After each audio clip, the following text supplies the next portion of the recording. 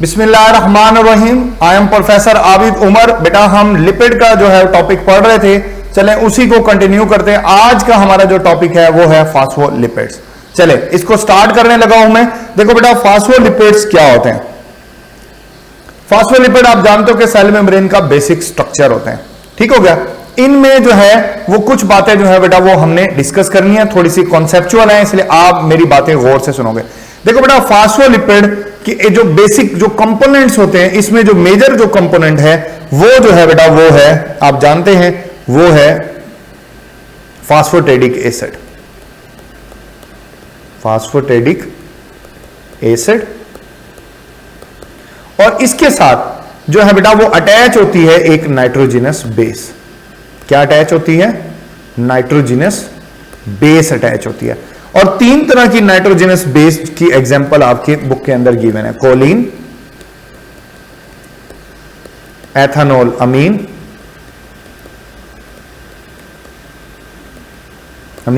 और सेरीन। ये तीन एग्जांपल जो है नाइट्रोजिनस बेस की गिवन है।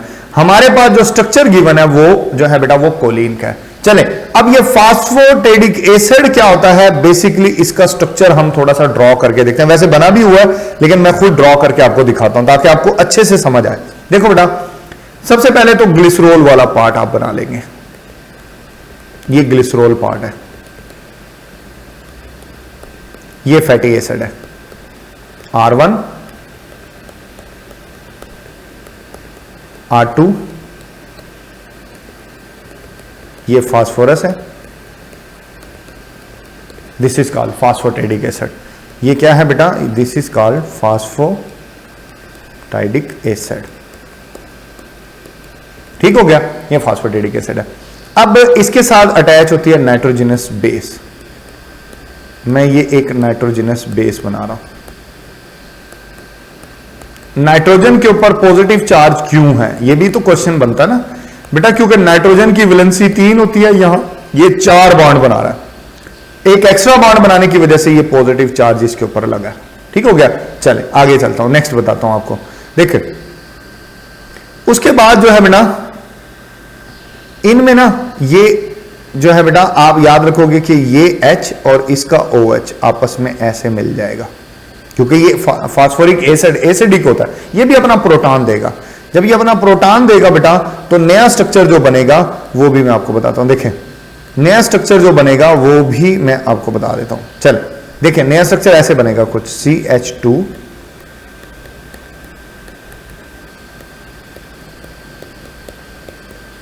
R1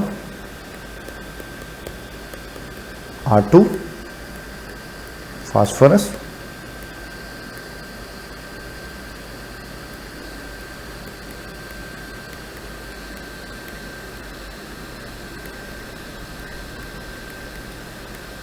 ये बन गया था, इकट्ठा करके लिख दिया मैंने इन तीनों को, ठीक हो गया। और यहां पर आ गया OH। तो ये जो बना है बेटा this is called the phospholipid. This is called phospholipid, या इसको फास्फोटेडिल कोलिन भी कहा जाता है, या इसके लिए एक और लफ्ज इस्तेमाल होता है बेटा, इसको लेसिथिन भी कहा जाता है। आपने कॉमन नेम भी याद करने हैं, आपने जो है बेटा कोशिश करनी है कि कॉमन नेम भी जो है बेटा वो याद करने। इसको लेसिथिन भी कहा जाता है। इसको क्या बोलते हैं? फास्फोटेडिल कोलिन भी बोलते हैं, इसको लेसिथिन भी बोलते हैं, क्योंकि कोलिन इसके साथ अटैच है। ये जो नाइट्रोजिनस बेस हमने इसके साथ अटैच की है ये कोलिन थी। ये क्या थी? ये कोलिन थी। अच्छा अब आ जाता है पार्ट्स ऑफ फास्फोलिपिड के फास्फोलिपिड में कौन कौन से हिस्से हैं। देखो बेटा ये बात भी आपको जाननी है, मैं आपको बताता हूं कि फास्फोलिपिड में कौन कौन से हिस्से जो है बेटा वो मौजूद है। अब आप देखें ये वाला जो हिस्सा ना, ये वाला,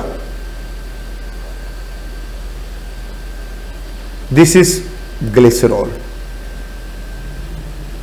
ये ग्लिसरॉल है। ये दो जो आपको दिखाई दे रहे हैं 1 और ये 2, these are fatty acids, these are fatty acid. और ये जो है बेटा ये वाला ये फास्फोरिक एसिड है और ये नाइट्रोजिनस बेस है। चले मैं आगे चल के आपको बताता हूं। देखिए ये इसका बेसिक स्ट्रक्चर है, बेसिक स्ट्रक्चर के साथ ही मैं आपको बता देता हूं। देखिए इसके अंदर एक क्या थी? ग्लिसरॉल, 2 इसमें फैटी एसिड्स थे, नंबर ठीक है ना, दो इसमें ये है, एक इसके अंदर जो है वो एक जो है बेटा वो था इसमें फास्फोरिक एसिड,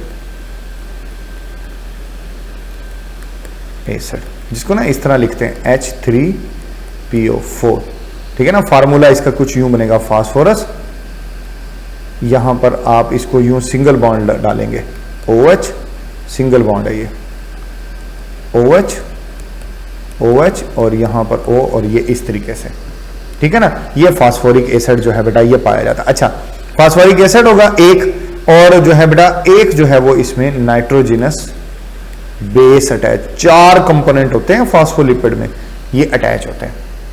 अब क्वेश्चन आ जाता है कि जनाब इसमें से हेड कौन सा है और टेल कौन सी है। आप देखें ना, इसमें से हेड कौन सा है और टेल कौन सी है, ये बात भी हमने जाननी है। देखो बेटा आप गौर करें, इसमें कौन सा हेड है और कौन सी टेल है। आप बड़ी इंटरेस्टिंग बात बताने लगा हूं, इसमें जो है बेटा ये सारे का सारा जो है ना, आप अगर इसको यूं ही गिन लें, ये सारे का सारा ये हेड है, सारे का सारा हेड है। सिर्फ ये और ये बेटे टेल है।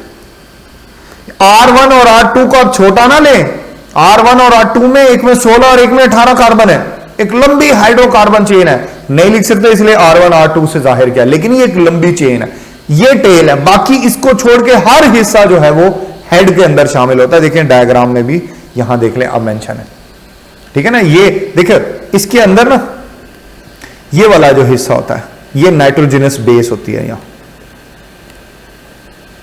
कौन सा पार्ट होता है, नाइट्रोजनस बेस का। यहां पर आप देख सकते हो दरमियान में ये वाला जो हिस्सा है ये सारा फास्फेट का, जबकि ये जो निचला हिस्सा होता है ये ग्लिसरॉल होता है।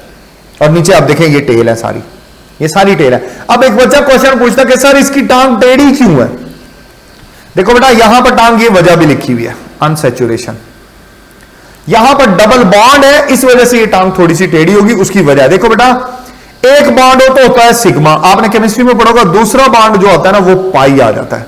ये दूसरा बॉन्ड जो है जो अनसैचुरेशन है वो पाई बॉन्ड की है। अब पाई बॉन्ड के जो इलेक्ट्रॉन होते हैं वो इतने ज्यादा स्टेबल नहीं होते, वो डीलोकलाइज्ड होते हैं, वहां डिस्टॉर्शन होती है इलेक्ट्रॉन डेंसिटी की। तो इस वजह से ये वाला जो डीलोकलाइजेशन ऑफ इलेक्ट्रॉन की वजह से ये बॉन्ड इतना ज्यादा स्टेबल नहीं होता। स्टेबिलिटी ना होने की वजह से यहां पर बेंडिंग आ जाती है, ठीक है ना। तो अब आपको क्लियर हो गया होगा कि जनाब ये टांग टेढ़ी क्यों है। और ये सारी बातें जो है बेटा हमने फास्फोलिपिड के अंदर जो है वो डिस्कस करनी थी। आप जानते हो कि फास्फोलिपिड का जो बेसिक स्ट्रक्चर होता है वो ये आप देख सकते हो।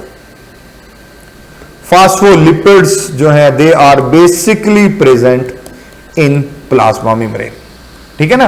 बच्चे अक्सर मुझसे पूछ रहे थे सर चैनल और नॉन चैनल, ये बेटा इंट्रिंसिक प्रोटीन जो है यही देखो मेंशन की हुई है इसमें, इंट्रिंसिक प्रोटीन है ये,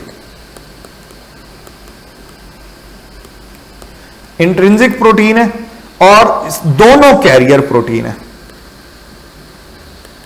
ये आपको वो आपके उस सवाल के जो बहुत सारे बच्चों ने पूछा है उसका जवाब भी मैं यहीं पर दे रहा हूं। ये कैरियर प्रोटीन भी है दोनों, बट ये चैनल है, ये नॉन चैनल है। वजह चैनल इस रास्ते को कहते हैं, ये रास्ते को, इस वजह से ये इसमें कोई रास्ता नहीं है। तो ये नॉन चैनल है, दोनों कैरियर है, दोनों कैरियर है। दोनों जो है बेटा वो ये जो होती है ना ये पैसिव भी करती है, मोस्टली ये पैसिव होते हैं, बट ये एक्टिव भी होती है, ये पैसिव भी होती है, ठीक है ना। ये सिर्फ पैसिव होती है, ये एक्टिव नहीं होती, ये पैसिवली मूव करती है, ठीक है ना। अच्छा फिर ये आइंस के लिए होती है, ये न्यूट्रल मॉलिक्यूल्स के लिए होती है। ये मैंने आपको इसी के अंदर आपको जो है जो क्वेश्चंस आपके बहुत सारे रिसीव हो रहे थे इस हवाले से वो बेटा मैंने जो है वो क्लियर कर दिया है। चले आगे चलते हैं। नेक्स्ट जो पार्ट है बेटा बड़ा इंपॉर्टेंट है फास्फोलिपिड का। इसमें ना मैंने जानबूझ के बुक की कटिंग डाली है, जानबूझ के डाली है ताकि जो है बेटा इसमें से इसी एरिया में से एमसीक्यूज आता है और नहीं आते। देखो बेटा यहां पे लिखी हुई है इसकी definition, chemically the waxes are long chain of alkane, कि ये लॉन्ग चेन ऑफ अल्केन होते हैं और इनके अंदर ऑड नंबर ऑफ कार्बन होता है। ये थोड़ा सा चेंज है भाई, ऑड नंबर है। फैटी एसिड जो इसके अंदर होता है वो तो इवन नंबर वाले होते हैं, मैंने बताया ना कि फैटी एसिड तो इवन नंबर होते हैं। जो फैटी एसिड थे वो तो इवन नंबर वाले होते हैं बेटा, इसमें भी फैटी एसिड इवन नंबर वाले ही होते हैं, ऑड नंबर नहीं होता फैटी एसिड का। इसमें जो ऑड नंबर ओवरऑल वैक्स का जो बनता है वो बनता है अल्कोहल और कीटोन की वजह से। ये जो अदर फंक्शनल ग्रुप्स इसमें ऐड होते हैं इसकी वजह से इसका नंबर ऑड हो जाता है। तकरीबन 25 to 35 कार्बन जो है वो एक वैक्स के अंदर जो है बेटा वो पाए जाते हैं वैक्स।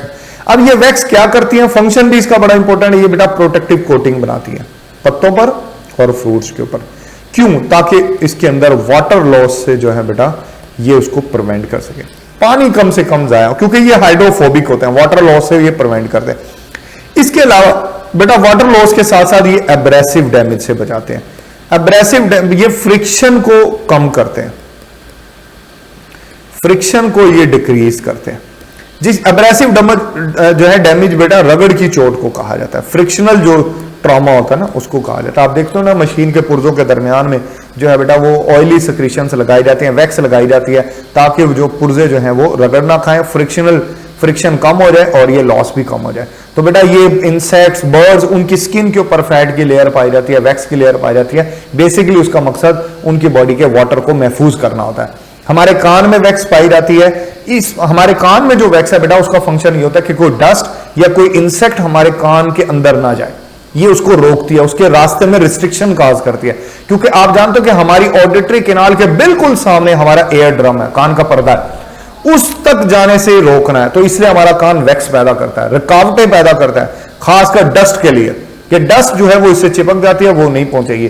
और इसी तरह जो कोई छोटा मोटा कीड़ा, कोई इंसेक्ट है जो है ना, वो भी आगे तक ना पहुंच पाए, वो इसमें जो है बेटा वो फंस जाता है और आपको जो है बेटा महसूस हो जाता है। और आप असल भी बेसिकली इसका मकसद होता है कि आपके एयर ड्रम को बचाना है, कान के पर्दे को महफूज करना। तो वैक्स आपकी बॉडी में भी वर्क कर रही है। चले आगे चलते हैं। नेक्स्ट जो है बेटा वो है टर्पिनाइड, बड़ा इंपॉर्टेंट टॉपिक है जी, है छोटा सा है। देखो बेटा मैंने फैट के बारे में कहा था कि वो ट्रू पॉलीमर नहीं है, क्योंकि उसके एक मोनोमर नहीं होता, बट फैट्स में ये रेयर एग्जांपल है, terpenoids are true polymer, these are true polymer, ये ट्रू पॉलीमर है। क्यों? क्योंकि ये fatty have no fatty acids, इसमें तो कोई फैटी एसिड होता ही नहीं, मतलब कोई ऐसा चिकनाई भी है, कोई ऐसा फैट भी है जिसमें कोई फैटी एसिड नहीं है। ये बना होता है एक आइसोपेरिनाइड यूनिट का, ये आइसोपेरिनाइड 5 कार्बन वाला 1 2 3 4 और ये 5 कार्बन कंटेनिंग एक आइसोपेरिनाइड यूनिट होता है जिससे मिलकर बना होता है। ये कंडेंस होते हैं बहुत सारे आइसोपेरिनाइड और टर्पिनाइड्स हमारे से वजूद में आते हैं। इसमें फैटी एसिड भी नहीं होता और ये ट्रू पॉलीमर है, क्योंकि सिर्फ यही आइसोपेरिनाइड यूनिट रिपीट होता है, सिंगल यूनिट है, यही रिपीट होते रहते हैं। तो that's why it is the true polymer. इसके पास ट्रू मोनोमर है, इसलिए ये ट्रू पॉलीमर है। बात समझ आ गई? इसकी एग्जांपल्स जो है बेटा वो आपको आनी चाहिए। एग्जांपल्स में जो है बेटा आपने पढ़ा होगा टर्पेंटीन ऑयल, वो इसकी एग्जांपल है। नंबर 2 इसकी एग्जांपल आपने पढ़ी होगी कैरोटीनाइड्स, वो इसकी एग्जांपल्स में। कैरोटीनाइड एसेसरी पिगमेंट होता है, कैरोटीनाइड हमारी आईज में होता है जो ब्राइट लाइट से हमें प्रोटेक्ट करता है। एसेसरी पिगमेंट लाइट एब्जॉर्प्शन में जो है वो प्लांट्स के अंदर हेल्प करता है। तीसरी एग्जांपल इसकी जो है बेटा बुक में लिखी हुई है वो होती है रबड़। इस एरिया से बेटे यही एमसीक्यूज आते हैं। मैंने सारी बातें जो है वो आपको क्लियर कर दी है ताकि हर बात आपको जो है वो समझ आ जाए। ये टॉपिक को आपने एज यूजुअल जो है बेटा 2 से 3 दफा सुनना है, ठीक है ना। इसको जो है वो प्रिपेयर करना है। आपके कोई कंफ्यूजन हो तो आपने जो है वो मुझसे सवाल पूछना है। यहां पर अपना ख्याल रखिएगा। Thank you, Allah Hafiz.